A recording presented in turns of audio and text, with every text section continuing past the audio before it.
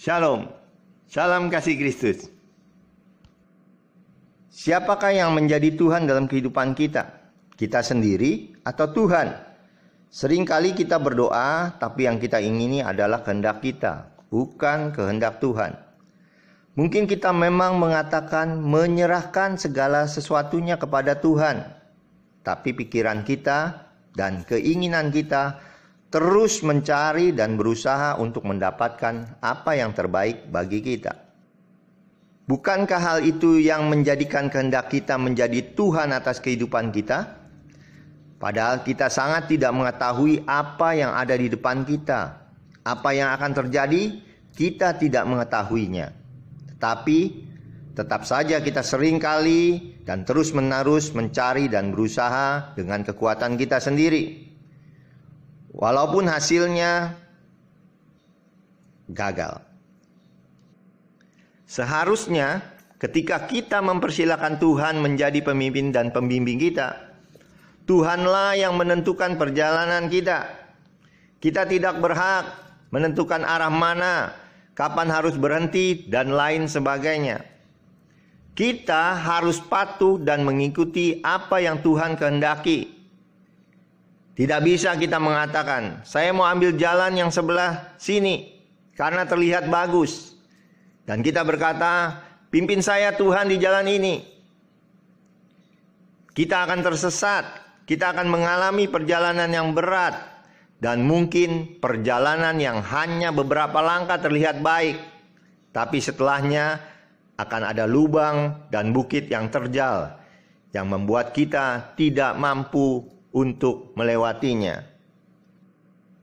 Perhatikan yang dikatakan dalam Keluaran 14 ayat yang ke-14. Tuhan akan berperang untuk kamu dan kamu akan diam saja.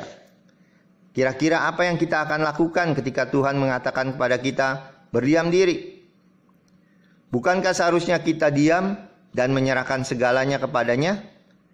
Dengan kata lain, kita mempercayakan semua kepadanya. Tuhan Yesus memperlihatkan satu contoh yang luar biasa saat dia harus memikul tanggung jawab yang berat. Perhatikan apa yang dikatakan di Taman Getsemani. Bukan kehendakku yang jadi, tapi kehendakmu. Tuhan Yesus menyerahkan segala keputusan kepada Bapa di surga, menyerahkan jalan yang dia harus tempuh dan lalui. Saat Tuhan Yesus menyerahkan semua kepada Bapa di surga, dikatakan bahwa maka seorang malaikat dari langit menampakkan diri kepadanya untuk memberi kekuatan kepadanya. Tuhan Yesus mendapatkan kekuatan ketika ia menyerahkan kepada Bapa. Bukankah hal ini juga akan berlaku bagi kita? Saat kita menyerahkan semua keputusan ke dalam tangannya, ketika kita mempersilahkan Tuhan yang menjadi Tuhan dalam kehidupan kita, Dia sudah ada di hari esok. Dia sudah ada jauh di depan bagi kita. Supaya kita dapat dengan mudahnya menikmati perjalanan hidup kita.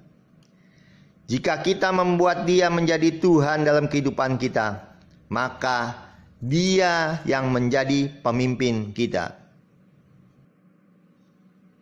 Yesaya 45 ayat yang kedua. Aku sendiri hendak berjalan di depanmu dan hendak meratakan gunung-gunung, hendak memecahkan pintu-pintu tembaga dan hendak mematahkan palang-palang besi. Mulai saat ini, jangan kehendak kita yang menjadi Tuhan di dalam kehidupan kita. Sekalipun jalan yang kita pikir itu baik, Dia Tuhan selalu menginginkan yang terbaik bagi kita. Biarkan Dia yang menentukannya. Biarkan Dia yang menjadi Tuhan di dalam kehidupan kita. Selamat memperingati Jumat Agung. Tuhan memberkati.